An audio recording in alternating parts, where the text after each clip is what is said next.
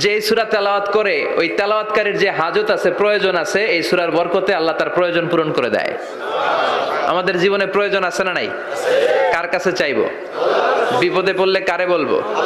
আমরা বিপদে পড়লে প্রথমে শেয়ার দেই ফেসবুকে। কোথায় শেয়ার? আগে শেয়ার দিব কার কাছে? মনে থাকবে? বিপদে পড়লে ফেসবুকে শেয়ার দিব না, বন্ধুরে শেয়ার করব না, বউয়ের কাছেও পরে শেয়ার করব, আগে শেয়ার করব কার কাছে? মনে থাকবে?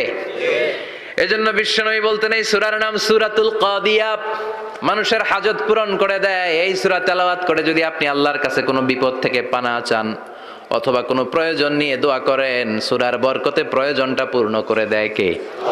কেউ যেটা পারে না পারে কে? কেউ যেটা দেয় না দেয় কে? কেউ যেটা শোনে না শোনে কে? তাহলে পেলাম সূরাতুল কাদিয়া। আরেকটা নাম আছে সূরার, সেটা হচ্ছে সূরাতুল